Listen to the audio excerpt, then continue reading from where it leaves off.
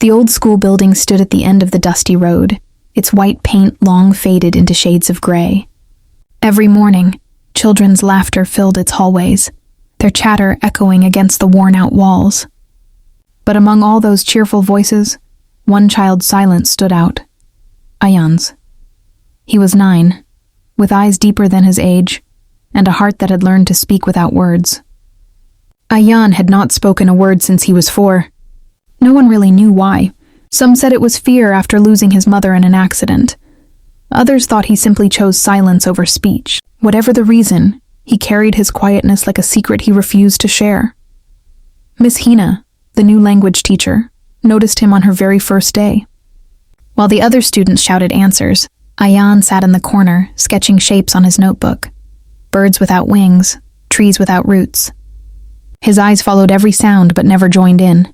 During break, while the rest of the class ran to the canteen, he stayed behind, arranging crayons by color, sometimes staring out the window as if waiting for something only he could see. Miss Hina started leaving small notes on his desk, simple ones at first. "Good job," or "Your drawing is beautiful." He never replied. But the next day, she'd find a tiny doodle next to her note. A sun, a smile, a heart. One afternoon, she asked the class to write a short essay titled, "What Makes You Happy?" Ayan didn't write a single word. Instead, he drew a little boy sitting under a tree with birds around him, and a woman with kind eyes holding his hand. Underneath it, he drew a broken heart mended with thread.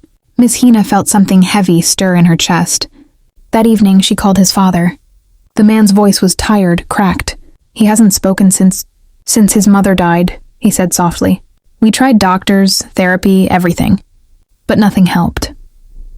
That night, Miss Hina sat at her desk staring at Ayan's drawing, realizing that sometimes silence says more than words ever could. Days turned into weeks. Slowly, Ayan began to open up in his own way. He'd leave her small paper cranes on her table, and she'd fold one in return. It became their language, folds and gestures instead of speech. When the annual school play was announced, she surprised everyone by writing a short act titled "The Quiet Voice." It was about a boy who couldn't speak, but could feel everything deeply.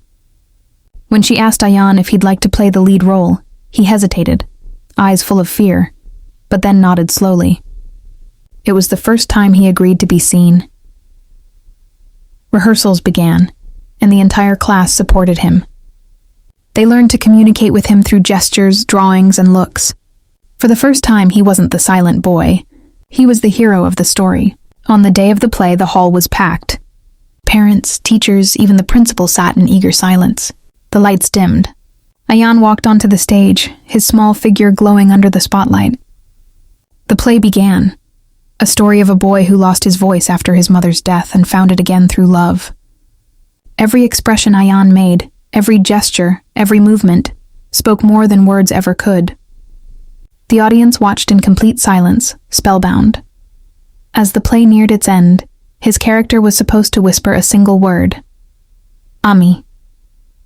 It wasn't necessary. Miss Hina had told him he could just look up at the sky and end it there. But as the moment came, he looked at the crowd, then at her. Tears shimmered in his eyes, and then, softly, shakily, like a secret escaping after years of being trapped, he said, "Ami." The hall went still. For a heartbeat, no one breathed. Then applause erupted, loud, thunderous, endless.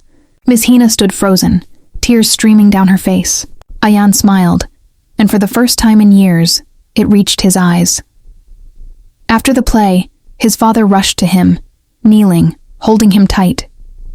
"You spoke," he whispered, voice trembling. Ayan didn't reply, just hugged him tighter. Miss Hina watched from a distance, her heart full. The boy who once spoke only in silence had found his voice again, not through therapy, not through force, but through kindness, patience, and understanding. From that day on, Ayan began to speak little by little, one word, one sentence at a time. But even when he grew older, whenever words felt too heavy, he still preferred silence, because he had learned something most people never do, that sometimes silence isn't empty. It's full of things words can't express. Years later, Ayan became a special education teacher. In his classroom hung a framed paper crane, old, faded, but perfect. Whenever a child struggled to speak, he'd smile gently and whisper, "It's okay. The quiet voice inside you still matters."